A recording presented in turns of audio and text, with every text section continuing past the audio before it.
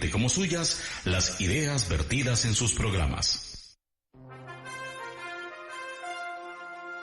El dinero representa muchas aristas en la vida del ser humano. ¿Cómo sacarle mayor provecho? ¿Cómo hacer una planificación financiera positiva?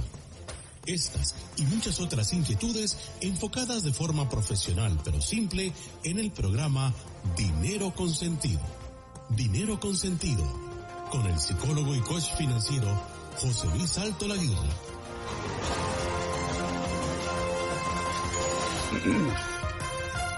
Buenos días, amigas, y hoy me quedo en lo de amigas, porque estamos celebrando un día muy especial, el Día Internacional de la Mujer, pero también amigos, porque creo de lo que vamos a hablar hoy no tendría sentido si discriminamos. Precisamente estamos hoy hablando de un día para salir de un proceso, de un concepto, de una realidad social de discriminación. Por lo tanto, bienvenidos, amigas y amigos de Radio Centro, la radio completa, a su programa de hoy, su programa especial de hoy de Dinero con Sentido, el programa que quiere dar sentido a su dinero. Y les habla con el cariño de siempre José Luis Altolaguirre, y si cabe hoy con un poquito más de cariño, de otras cosas por el día que celebramos y porque es viernes. Y porque hoy tenemos una especial invitada, ahora vamos a decir quién es, para que nos acompañe en la reflexión que vamos a hacer en el día de hoy. Hoy, amigas y amigos, sí, celebramos el Día Internacional de la Mujer. Y no creo que sea un día para felicitaciones, sino para reflexionar y para actuar. Se ha recorrido un largo camino, pero aún el horizonte de la igualdad está lejos. Por eso vemos necesario hoy impulsar este cambio social profundo y comprometido, que depende en gran manera de la voluntad de todo el sistema social, mujeres, hombres, Estado, pensadores, academia, empresarios. Es un cambio, que tiene que realizarse en los programas fundamentalmente mentales, en el cambio de chip, también en los programas educativos, y en los que lleguemos a reconocer, lleguemos a reconocer los méritos, no por el género, ni por la etnia, ni por el país, y que además todos los seres humanos partamos de las mismas oportunidades. ¿Utopía? No. Sí se puede. Sí se puede, si se quiere. Y hoy vamos a ilustrar, un camino posible, entre otros, y lo vamos a ver desde la experiencia, en concreto, de España, porque pensamos que es extrapolable absolutamente a nuestro entorno más cercano, a nuestra Costa Rica o a muchos de los países de Latinoamérica o del mundo entero.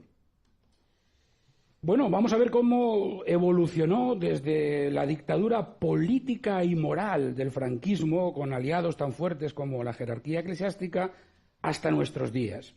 Y esto lo vamos a hacer de la mano de nuestra invitada de lujo en el día de hoy, de doña Cristina Pérez Gutiérrez, embajadora de España en Costa Rica. Bienvenida, doña Cristina, nuevamente a Dinero con Sentido. Muchísimas gracias. Un placer estar hoy con todos ustedes. Muy bien, pues de esto vamos a hablar hoy, y vamos a hablar de este largo camino, que aunque ahora parezca fácil, fue un largo camino que se ha recorrido, pues yo diría que en los últimos 50 años, porque, como dice una articulista, Itziar Iglesias, de los fogones a los despachos, pasando por la universidad, sin ninguna duda, el papel de las mujeres españolas ha experimentado grandes cambios en las últimas décadas. Una transformación que ha sido posible gracias a los cambios políticos y sociales que se han producido en España desde el final de la dictadura franquista en 1975. Y el día de hoy, además, ancla en algo muy importante que se celebra a nivel mundial. Y yo ahí le voy a pedir a nuestra amiga Eva, a la que no he saludado de no manera pasa nada, muy grosera, ni tampoco a Daniel, porque estamos aquí. A mí me dejaron por fuera. Que hoy lo hemos lateralizado. Amigas, y se acabó. Sí, y hubo ahí como un medio silencio dramático, a ver si Daniela reaccionaba, y no ha querido entrar. Yo no voy a reaccionar. ¿Y sabe por qué no voy a reaccionar? Te lo voy a decir. Primero, porque es viernes, el cuerpo lo sabe, sabemos que es el día de economía, pero por encima de las cosas es que somos personas. Y todos acá en la mesa somos personas, todos los que nos están escuchando somos personas y no debemos ser discriminados por ser personas. Y yo creo que hoy es un día, sí, podemos dejar la economía de un lado, hablaremos de eso en la próxima semana, pero a todos los que nos están escuchando, no dejemos de pensar que somos personas y que hoy es un día que conmemoramos porque hay una lucha increíble por parte de las que son madres, las que son nuestras primas, nuestras esposas, nuestras confidentes, nuestras novias, todo eso. Ellas son las que tenemos que brindarles, por supuesto, ese cariño tan importante en el día de hoy. Por supuesto, hoy estoy engalanado, hoy quedo en segundo plano, no importa, y con todo el cariño, porque doña Cristina aquí está, bueno, por supuesto, engalanando el lugar. Y, doña Cristina, le voy a decir una cosa, todos los viernes yo estoy babiado, porque esa es la verdad, con aquí mi amiga Eva Moreno, al cual obviamente le di un súper abrazo a Eva, y también es un feliz día Cristina para todos los viernes, esto es maravilloso. Sí, ¿Se imagina? y Todo por... va a seguir así, Y va a Eva seguir Moreno, así. así. Mientras Bueno, compartamos para café, cabina y abrazos, que siga Muy todo bien. así. Que siga Venga, todo pues vamos a ver, Bueno, Eva, ponnos en contexto. El porqué de todo Venga, vamos esto. allá. Porque ayer tuvimos esas... Ya saben que todo es cuestión de matices. Ayer José Luis decía, vamos a celebrar el Día de la Mujer. Y me mira con el rabillo del ojo inmediatamente. Tuve que saltar como si tuviera un resorte, de decir, no celebramos, conmemoramos, porque la historia pide paso en este sentido. El Día Internacional de la Mujer surge a finales del siglo XIX, ya en el mundo industrializado, para que se vayan situando. Un periodo de expansión, de crecimiento de población, nacían ideas radicales, diferentes también. El gran problema es que en ese momento muchas mujeres eran explotadas, no había una ley que las protegiera y trabajaban como el que más. 8 de marzo de 1857. Las mujeres que trabajaban en la industria textil, que eran un gremio muy importante en Nueva York, organizaron una huelga. Lucharon y luchaban contra los salarios bajos que tenían, las inhumanas condiciones laborales de explotación. ¿Y cuál fue la reacción de la policía? Detener a las manifestantes. 2 años más tarde fueron estas mujeres las que crearon el primer sindicato con el fin de protegerse y conseguir ciertos derechos laborales básicos que ahora nos parecen totalmente lógicos. El 8 de marzo de 1908, 15.000 mujeres se manifestaron por las calles de Nueva York, exigieron un recorte del horario laboral, mejores salarios, el derecho al voto y el fin del trabajo infantil. Con el eslogan que les abanderó, el de pan y rosas, con este pasearon el lema y llevaron su mensaje por diferentes lugares. Esto era porque el pan simbolizaba la seguridad económica y las rosas una mejor calidad de vida. En 1910, en Copenhague, en Dinamarca, se celebra una conferencia internacional entre organizaciones socialistas del mundo. La conferencia propuso la creación de un Día de la Mujer de carácter internacional. La idea partió de una mujer, Clara Zetkin, una socialista alemana que planteó la creación de un Día internacional para precisamente aquel asunto, conmemorar la huelga de aquellas mujeres trabajadoras del textil en Estados Unidos. Este es, a grandes rasgos, el marco histórico de el por qué muchas veces con estos días preguntamos, bueno, ¿y por qué? ¿Por qué hoy? ¿Por qué este día? ¿Por qué el 8 de marzo? El 8 de marzo tiene una importancia histórica porque fue cuando las mujeres se rebelaron en el mundo laboral. Trabajaban como todos, pero sin ningún tipo de marco que les asegurara. Muy bien, pues bueno, vamos a ir a nuestro tema de hoy, donde vamos con doña Cristina, con nuestra embajadora de España en Costa Rica, a recorrer un poco el camino de una realidad social que nos tiene que retrotraer allá, bueno, pues a más de 50 años. Y yo quiero comenzar, quizá esto tenga un poco de morbo, pero creo que es importante decirlo, ¿no? Pues porque en aquella España existía algo que se llamaba la sección femenina, que ilustraba el buen hacer de la mujer. Y simplemente voy a leer unos capítulos que representaban como la obligación que tenían las mujeres, lo que era ¿no? la filosofía, ¿no? Guía, además se llamaba así, Guía de la buena esposa. El punto primero decía, ten lista la cena cuando venga tu esposo. El segundo es, luce hermosa. El punto número 3, sé dulce e interesante. Luego decía, arregla tu casa. Prepara a los niños, minimiza el ruido, no hables fuerte. Y, para rematar, decía, tienes que parecer ser feliz para que él lo sea. Bueno, esto es un poco un contexto quizá un poco exagerado, pero era parte de la filosofía que se imbuía en la mujer en aquellos momentos y que obviamente la propia mujer comienza a hacer el cambio, no sola, por supuesto, sino merced a toda una serie de profundas visiones, y yo diría que heroínas y heroínas, porque también héroes, ¿por qué no?, que producen el cambio en aquellos momentos. Pero bueno, yo creo que es importante ya comenzar y dejar hablar a nuestra invitada para que nos haga un contexto de cómo, partiendo de aquel momento, estamos hoy en la España de hoy, donde el rol de la mujer obviamente es sensiblemente distinto, pero ¿cuál ha sido el camino para llegar ahí? Bueno, pues en primer lugar, muchas gracias por haberme invitado y por darnos a todos la oportunidad de, a través de la radio, a través de nuestra cotidianidad, pues conmemorar, como dijo Eva, un día tan importante. Mencionabas tú los 50 años o la lucha de más de 50 años por llegar a la igualdad de género. Yo me gustaría también recordar que la lucha por la igualdad de género puede ser quizá la revolución transformadora más inacabada de la historia de la humanidad. Llevamos muchísimos años y la igualdad no es una realidad. Y además, el problema que tenemos es que no sea una realidad en un determinado conjunto de países, sino que a lo largo de todo el mundo, independientemente del grado de desarrollo, de riqueza, etcétera, la igualdad no está siendo hoy en día una realidad y lamentablemente tampoco es una realidad en España, aunque, como bien dices, se han dado unos pasos muy importantes. Nosotros partimos, si me permites, de una base bastante complicada porque respecto de la historia de otros países nosotros sufrimos un periodo de dictadura muy largo que volvió a poner en la oscuridad a las mujeres y a los escuetos avances que se habían realizado, ¿no? Después de la lucha de grandes personas como Clara Campoamor, como el 1931, cuando se reconoció por primera vez el derecho de voto en España, ¿no? Bueno, pues se retrotrajo durante la época del franquismo y luego conseguimos ver un poquito la luz a través de la promulgación de la Constitución española que tuvimos el honor de presentar aquí y conmemorar el 40º aniversario. Entonces, la lucha y la evolución ha sido larga, pero creo que estamos en una carrera de fondo.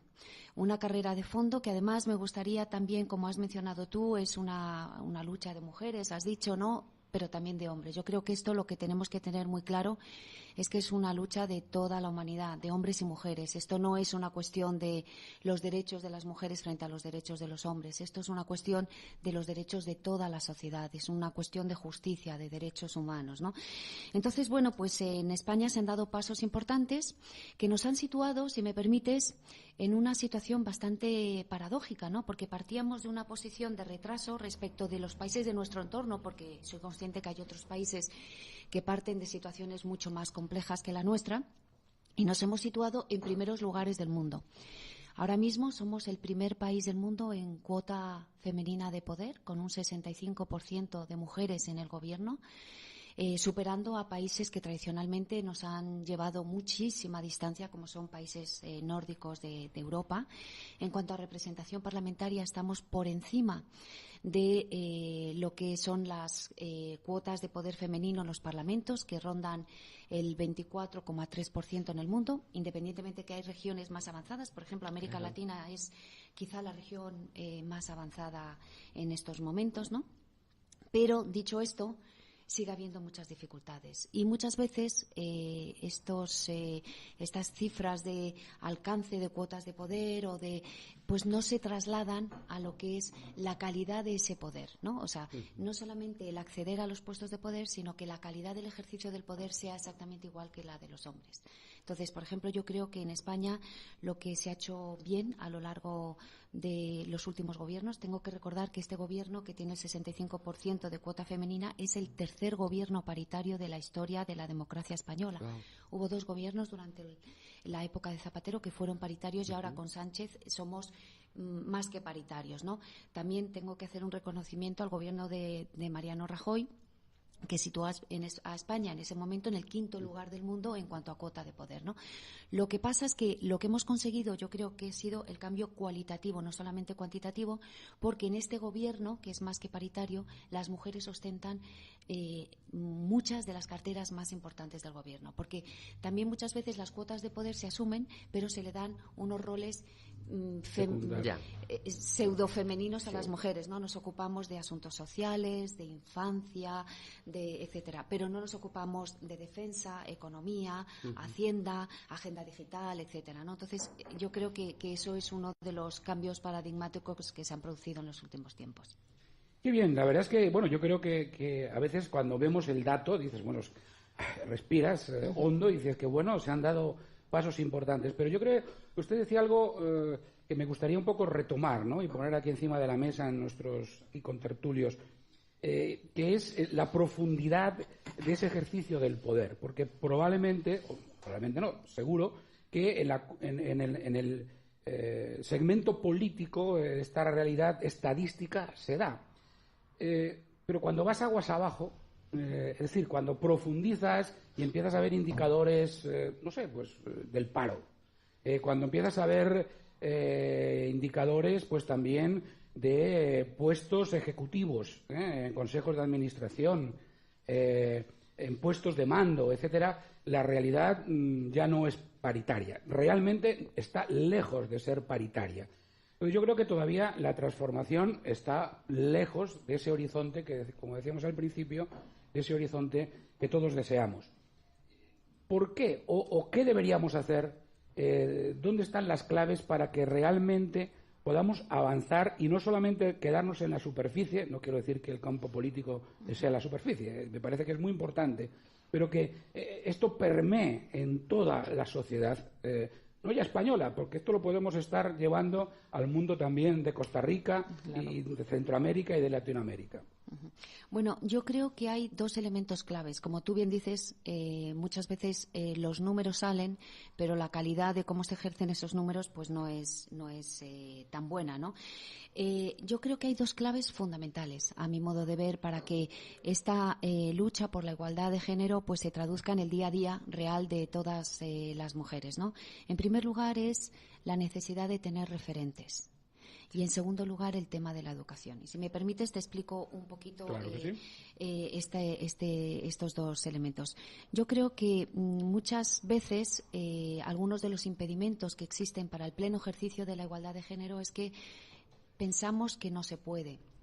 No tenemos referentes porque venimos de una trayectoria muy, muy larga, ¿no? Como he dicho, es una revolución inconclusa por parte de toda la humanidad, pues muchas niñas no tienen dónde reflejarse. Si quieren ser astronautas, si quieren ser grandes economistas, si quieren ser grandes científicas, no tienen referentes.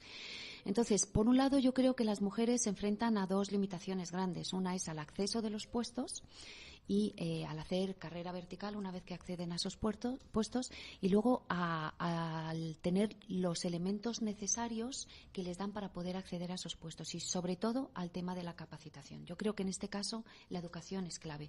Yo tuve la gran suerte de que en mi anterior vida profesional me dedicaba a las políticas de desarrollo sostenible.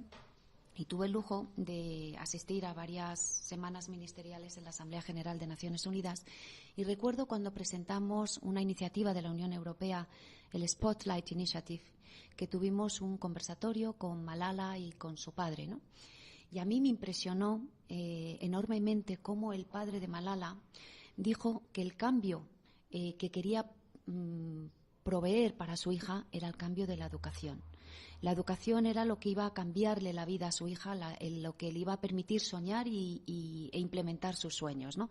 Entonces, yo creo que la educación, de hecho, en la Agenda 2030 es el objetivo de desarrollo sostenible más valorado por la ciudadanía mundial. Hubo una encuesta mundial que se llamaba My World, la más grande que se ha hecho en la historia de Naciones Unidas, y la ciudadanía mundial votó el ODS 4, el de la educación, como el ODS que iba a transformar la sociedad, ¿no? Entonces, esta niña lo que comentaba es que los espacios educativos eran lo que determinaba absolutamente el poder acceder a los puestos. Extrapolado a países como puede ser España, puede ser Costa Rica o países más de nuestro entorno, significa que hoy en día, por ejemplo, para que veáis que seguimos teniendo esa brecha, las mujeres en el mundo de la ciencia son menores. Son menores en número y en ocupación de puestos importantes, independientemente de que el 60% de los graduados universitarios son mejores. Y los mejores expedientes de las universidades y de las escuelas son de mujeres. Sin embargo, cuando pasamos a puestos directivos en ámbitos de científicos, tenemos un 18% de los premios que se dan en el mundo académico científico son para mujeres. Y luego ya al ámbito mundial, 3% de los premios Nobel que se han dado hasta ahora se han dado a mujeres. Es decir, que estamos limitando nosotros mismos el acceso al talento de mitad de la población mundial. Yo creo que usted plantea un tema muy importante al hablar de educación, pero me gustaría un poco profundizar en el tema de educación, porque volviendo quizá al ejemplo que ponía al principio, la sección femenina educaba. Uh-huh. ¿Pero cómo educaba? Claro. Bueno, entonces, y era obligatoria. Y además aquello, era obligatoria. Era una imposición. Digamos, para nuestros radioescuchas, sección femenina era una estructura, vamos a decirlo así, del Estado franquista, que obligaba además a todas las mujeres a pasar durante un periodo de tiempo a formarse como mujeres, según decían. A formarse como Qué mujeres. Qué cosa tan atroz. Y bueno, pues luego salían de ahí como mujeres de bien, ¿no? Entre comillas. Para integrarse en la sociedad española. Creo que es importante profundizar en el tema de la educación, porque la educación es un arma de doble filo. La educación, como genérico, todos estamos de acuerdo. Ahora, cuando le metemos el microscopio, creo que tenemos que hablar de qué tipo de educación estamos queriendo. Efectivamente. Mira, yo creo que eso además ha sido un elemento que se ha tenido muy en consideración a la hora de aprobar la Agenda 2030, ¿no? Frente a los objetivos de desarrollo del milenio, la educación que se basaba únicamente en criterios cuantitativos, es decir, el objetivo que se tenía es educar al máximo número posible y sobre todo de niños, de educación primaria. La Agenda 2030 ya no se centra en el elemento cuantitativo, sino en el cualitativo, ejerciendo especial atención o interés en la educación secundaria, en la educación orientada al empleo. Entonces, la educación, como bien dice, además que lo estamos viviendo en el día a día de muchas sociedades, muchas de ellas no muy ajenas a nosotros, es un instrumento que se puede utilizar de manera muy, muy negativa, ¿no? Sin embargo, yo creo que hoy en día estamos todos muy concienciados de que esta educación, además de calidad, tiene que ser una educación útil, una educación que se oriente a la generación de empleo, una educación que se oriente a las necesidades de la humanidad, ¿no? Por eso mismo yo creo que hoy en día se presta mucha más atención no solo a la cantidad de la educación, sino a qué se enseña en la misma, y se intenta regular y apoyar desde la institucionalidad para que esa educación sea mucho menos politizada o utilizada como arma política. Sesgada, ¿no? En definitiva. Sesgada para proceder a ser una educación que te sirva como instrumento para construir unas sociedades mejores. Claro, y qué importante, porque al final, bueno, la educación tiene que proveer de conocimiento, sin duda alguna, tiene que prepararte de manera útil para incorporarte, bueno, pues al mundo laboral, pero yo creo que la educación tiene que estar también dirigida a generar unos valores de integración, de inclusión, de medio ambiente, o sea, una serie de valores que obviamente son los que van a permitir el cambio, porque al final yo creo que podemos entrar en un círculo vicioso si educamos y nuevamente repetimos los modelos con los que veníamos. ¿Quién educa al educador? ¿Quién educa al educador? ¿No? Que yo creo que este es uno de los retos fundamentales. Esto me lleva quizás un poco a debatir, ¿no? Y a proponer también, Cristina, a ver, aquí se ha hablado mucho pues del hecho, por ejemplo, de que los gobiernos pues legislan paridad. Esto es un tema siempre debatido. ¿Por qué paridad? Porque de alguna manera eso podría generar de facto una desigualdad, ¿no? O sea, una injusticia hacia personas de otro género que de alguna manera pues también pueden tener los méritos. Yo quisiera un poco hablar de este tema porque, obviamente, creo que es fundamental para que nuestros radioescuchas entiendan que en determinados momentos